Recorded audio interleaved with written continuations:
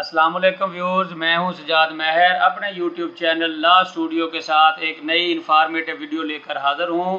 नाजरीन, आज हम डिस्कस करने जा रहे हैं 176 ज़ाब्ता फौजदारी 176 CRPC।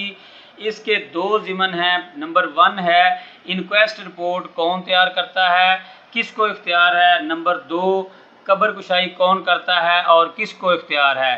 जी नाजरीन, इंक्वेस्ट रिपोर्ट कौन तैयार करता है, ये क्वेश्चन मुकाबले के इम्तिहान और पी कैडेट के इम्तिहानात, CSS के इम्तिहानात और दीगर ला के और मुकाबला के इम्तिहानों में ये सवाल अक्सर आता है, इंक्वेस्ट रिपोर्ट कौन तैयार करता है। तो इसका जवाब ये है कि 176 ज़ाब्ता फौजदारी की ज़िमन 1 के ताबे मुतलका मजिस्ट्रेट, इलाका मजिस्ट्रेट साहब जिसके इलाका में ये वक़ूआ होता है। नाजरीन, अगर पुलिस कस्टडी में कोई फौत हो जाता है, कोई मुलज़म फौत हो जाता है, बेशक वो तिब्बी मौत फौत हो जाता है, तो इलाका मजिस्ट्रेट के पास इख्तियार है कि उसकी इंक्वायरी करें।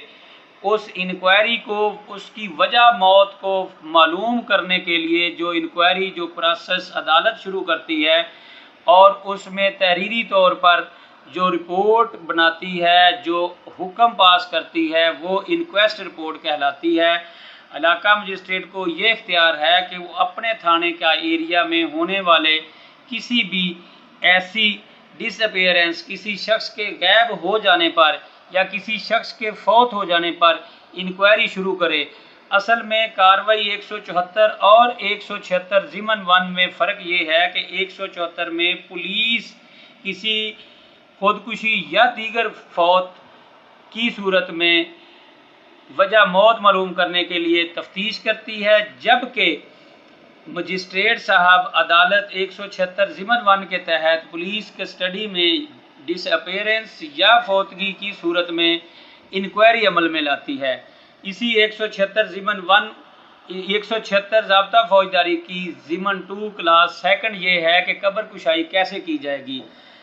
किसी ऐसी मौत में, किसी ऐसी फौतगी में शकूक व शुबहात पाए जाएं, वजह मौत मालूम करना मकसूद हो, अदालत में कोई नालिश दायर करे, कोई दरख्वास्त दायर करे, पुलिस अफीसर वहाँ पर दरख्वास्त दायर करे कि दौरान तफ्तीश ये मालूम हुआ है कि एक डिजीज़ पर्सन, एक कत्ल हो गया शख्स की नाश फ़लाँ जगह पे कब्रिस्तान में तदफीन हुई है, तो उसके लिए कब्र कुशाई का जो प्रोसेस है वो मजिस्ट्रेट साहब इंक्वायरी के दौरान तहरीरी तौर पर शुरू कर सकते हैं।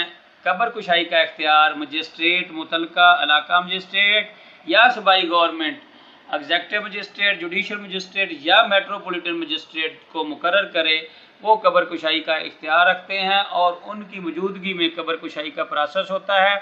उसके लिए उस अदालत में इंफॉर्मेशन का पहुंचना, दरख्वास्त का पहुंचना, रिपोर्ट का पहुंचना ज़रूरी है। उस दरख्वास्त, उस इंफॉर्मेशन, उस रिपोर्ट के ऊपर कब्र कुशाई का प्रोसेस शुरू होता है। कब्र कुशाई के लिए बाकायदा मुतलका थाना में जहाँ पर वो कब्र मौजूद हो, वहाँ के मुतलका पुलिस स्टेशन को अदालत की तरफ से नोटिस भेजा जाता है और वहाँ की म्यूनसिपल कॉरपोरेशन को नोटिस भेजा जाता है कि फ़लाँ वक्त में फ़लाँ जगह पर फ़लाँ शख्स के लिए या फ़लाँ नामालूम या मालूम शख्स की कब्र कुशाई की जानी है और वजह मौत मालूम करने के लिए इंक्वायरी की जानी है। वहाँ पर इंतज़ामात और बंदोबस्त किया जाए।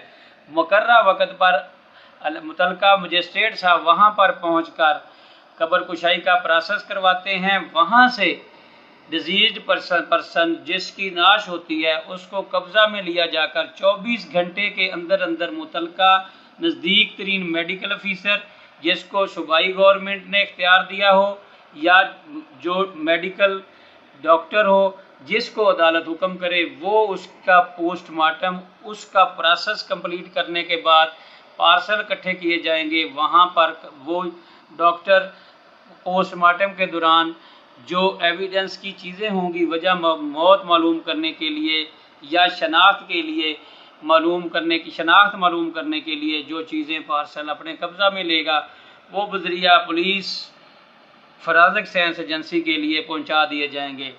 तो किसी भी केस में, किसी भी दरख्वास्त में अदालत को ये इख्तियार है कि वो वजह मौत मालूम करने के लिए कब्र कुशाई का प्रोसेस